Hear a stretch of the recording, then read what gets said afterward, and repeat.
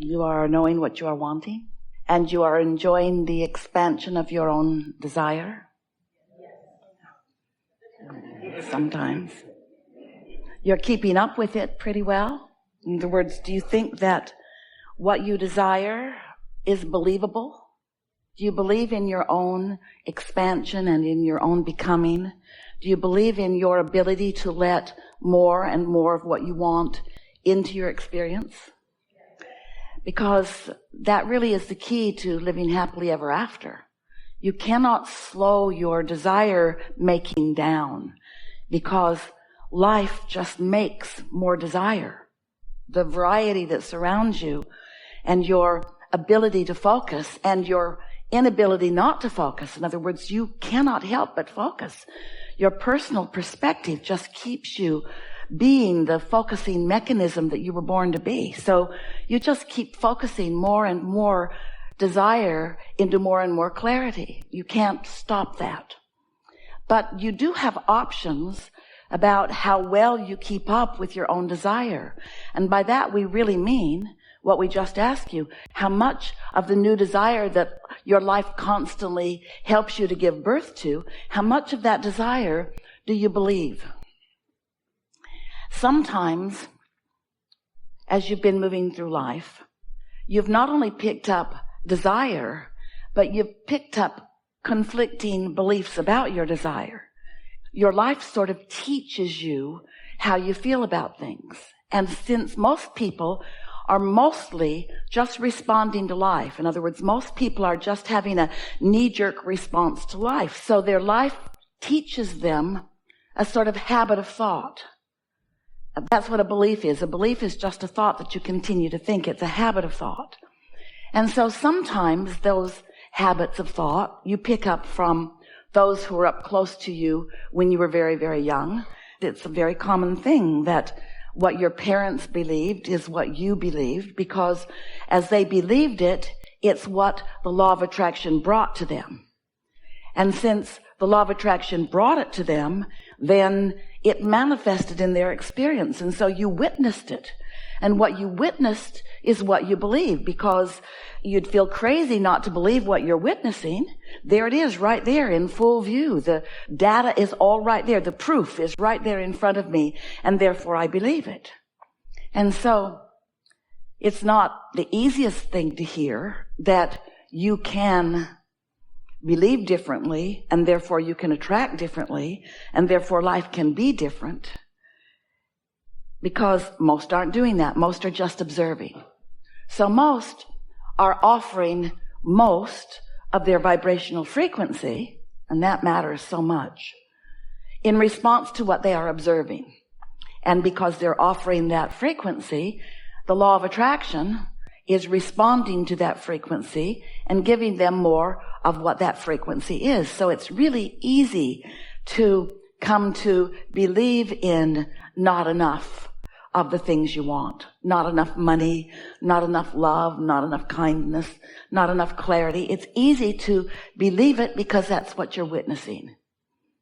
We want you to realize that you have more options in what you believe, that you can believe past what is. In fact, we want to say that even more clearly.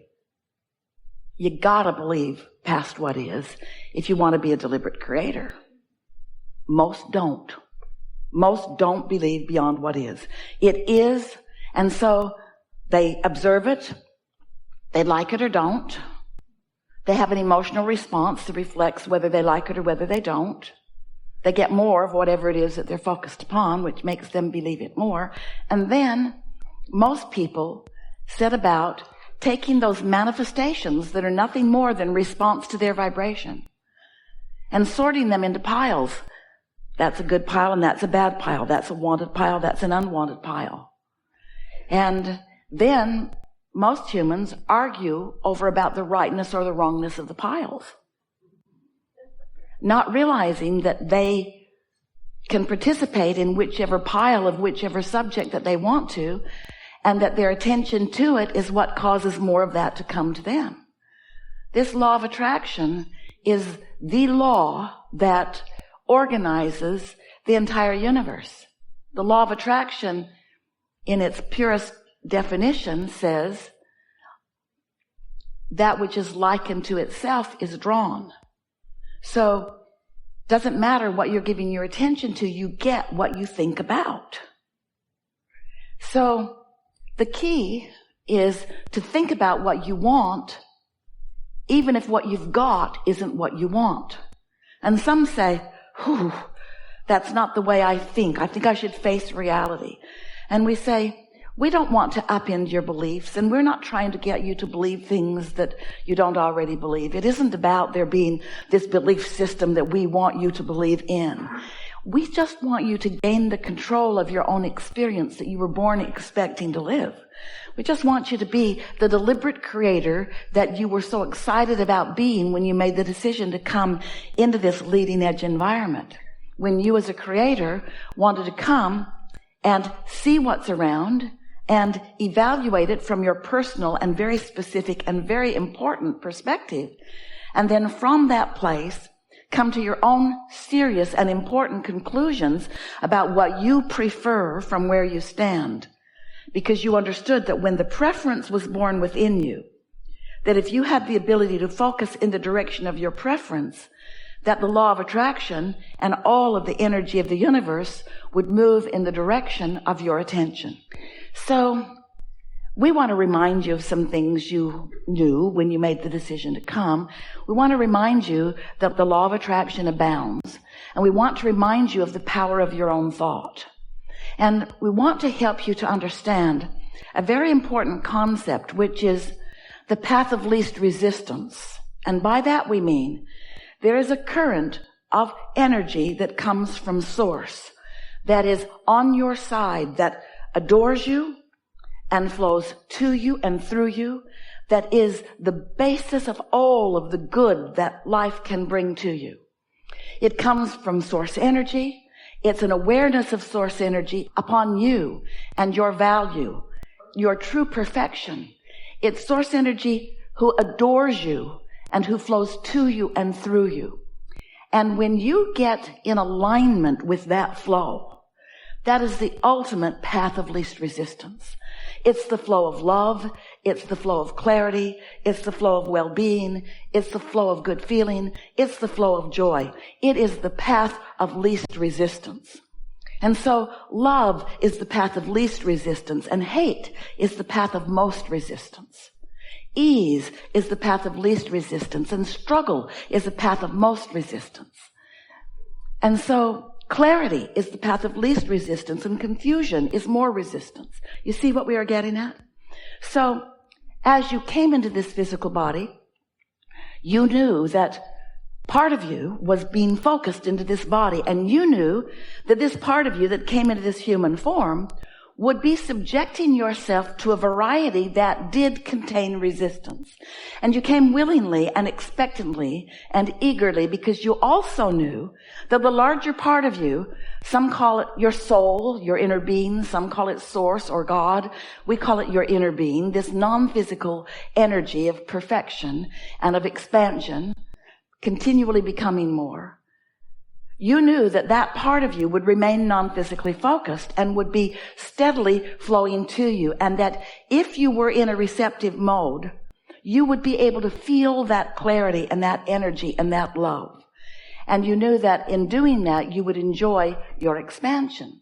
So you said, I'll go forth with other humans and I will explore the variety. And out of my personal and important exploration, I will come to my own conclusions about what I prefer. In other words, the universe will expand because of my attention and focus.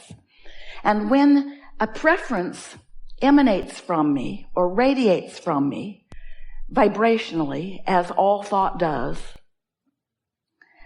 that thought will be understood by my inner being and will be focused upon by my inner being, will absolutely and actually be held in a vibrational environment. In other words, my inner being will receive my desire, will understand it, and will become it, and will hold the vibrational essence of it.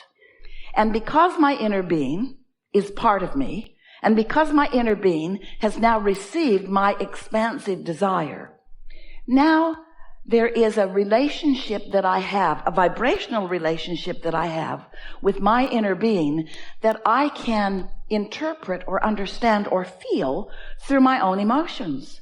So when I'm really going with the flow of what life has shown me that I prefer newly, and my inner being understands it and embraces it and holds the frequency of it, when I go with the flow of those ideas, I feel that life force that is only present when I'm fully allowing who I really am to be who I really am. But if I give birth to a desire, but instead of going with the flow of it, I hold myself in resistance of it because I'm looking at the environment that caused me to desire it rather than the desire itself. In other words, I want more money, but I don't have enough. And if I continue to focus upon the lack of money, while my inner being is focusing upon the abundance of money, then I'm holding myself in vibrational opposition to my new decision, and I'm not going with the flow. And my not going with the flow is a path of more resistance, while my going with the flow is a path of more allowance. Resistance doesn't feel good, allowance feels good. And so that's really what we want to talk about, that and the law of attraction and your relationship with source energy and the fact that you can be or do or have anything. We want to show you how to understand your emotional guidance system and how to focus in a way that allows you to be less resistant more of the time and more allowing more of the time and therefore more joyful more of the time, more in control of your own life more of the time, more loving toward others, more supportive of others, more uplifting for others, more of the energy that creates worlds rather than the energy that holds the creation back just a little bit. And the thing is, you can't hold the creation back. You can just make yourself miserable trying. Because once a desire is born, it's off and running. Because that's what you said you were here about.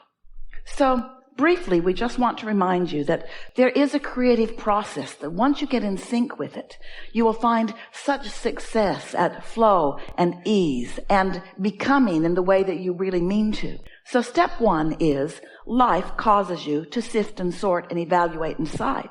Life just gives you contrasts that causes desire to be born. So step one is asking. And life just causes you to do that all day, every day.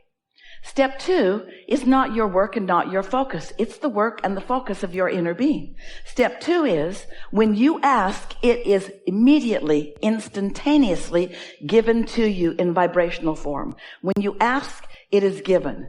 And the vibrational form is so magnificent because the vibrational form means that your inner being and all of your inner being's partners in non-physical, which is source energy, form a focused attention and a collective energy gathering environment around what you have asked for. And cooperative components of all manner and all kinds are gathered in this vibrational environment for your benefit.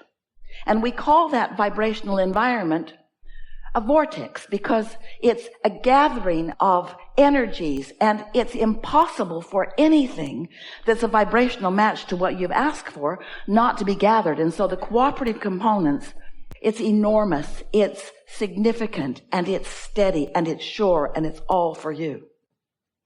Step one, step two. Step three is, now you, who have been somewhat resistant when you knew what you didn't want, which caused you to know what you do want, now your work is to focus upon what you do want rather than justify why you don't want what you don't want.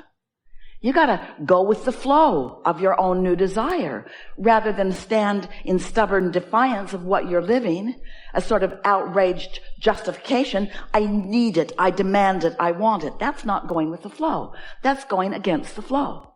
Going with the flow is thinking about how good it will feel, or looking for things that feel good right now. You don't even have to stay on the subject of your desire. You just can't focus in opposition to your desire.